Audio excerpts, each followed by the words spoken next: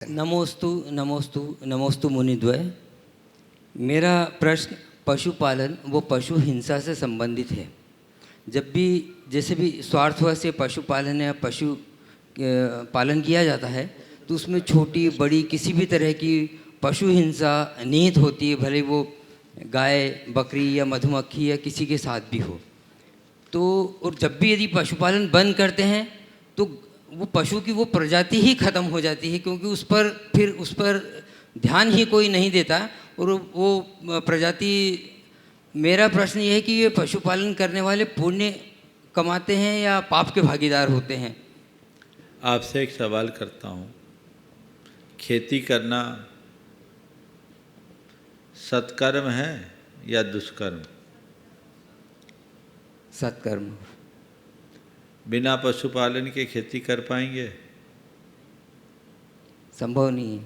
तो पशुपालन सत्कर्म होगा या दुष्कर्म? सत्कर्म हुआ। उत्तर मिल गया। अब बताता हूँ, सुनिए। हमारे यहाँ अपने जीविका के निर्वाह के लिए 60 कर्म बताएं। अर्थोपार्जन कर्माणि 60। अर्थोपार्जन के 6 कर्म हैं: असी, मसी, कृषि, विद्या, वाणिज्य और शिल्प। कृषि कर्म को आर्य कर्म के अंतर्गत रखा गया है। ये सब 6 कर्म आर्य कर्म कहलाते हैं। जो सत्पुरुषों के द्वारा किए जाने वाला कर्म है उसे आर्य कर्म कहा जाता है। कृषि को और पशुपालन को एक माना गया। पशुपालन कृषि कर्म के में अंतर्निहित माना जाता है। और हमारे शास्त्रों में पालन करने योग्य पशुओं को अलग तरीके से सुनिश्चित किया गया है। और जिन्हें पाला जाता है उन्हें परिवार के अंग की भांति रखा जाता है। गाय, बैल, घोड़ा, हाथी, ये पालन करने योग्य पशु हैं। और इन्हें जब पाला जाता था, आज भी पाला जाता है, शास्त्र कहते वो परिवार का एक अंग है।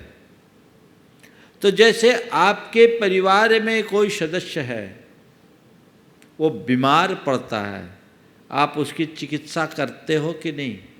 आप तो डॉक्टर हो, करोगे ना?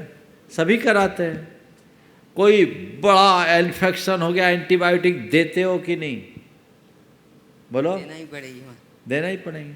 तो आप अपने लिए जैसे सोच रहे, आपके आश्रित जो पालतू पशु, उनके लिए क्यों नहीं सोचते? आपका उद्देश्य मारने का है या बचाने का? बोलिए। उसी पशुपालन के साथ साथ जो पशु हिंसा के मैं साथ बता रहा हूं, पहले मेरी बात का उत्तर। जिस पशु को पाल रहे हैं उसको कोई बीमारी हो रही है या उस निमित्त जो हो, तो आपका उद्देश्य उसको बचाने का है कि मारने का?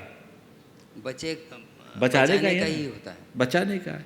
तो ये यद्यपि जैसे खेती करने में भी थोड़ी बहुत हिंसा होती है, पर वो हिंसा की नहीं जाती। ऐसी पशुपालन करने में भी थोड़ी बहुत हिंसा हो सकती है। उसे यथासंभव अपने विवेक और विचार के साथ हमें संपादित करना चाहिए और इन्हें प्रोत्साहित करना चाहिए, तभी सब कुछ ठीक होगा। आजकल तो पशुपालन लगभग समाप्त सा हो गया और जो भी है वो पूरी तरह व्यावसायिक हो गया।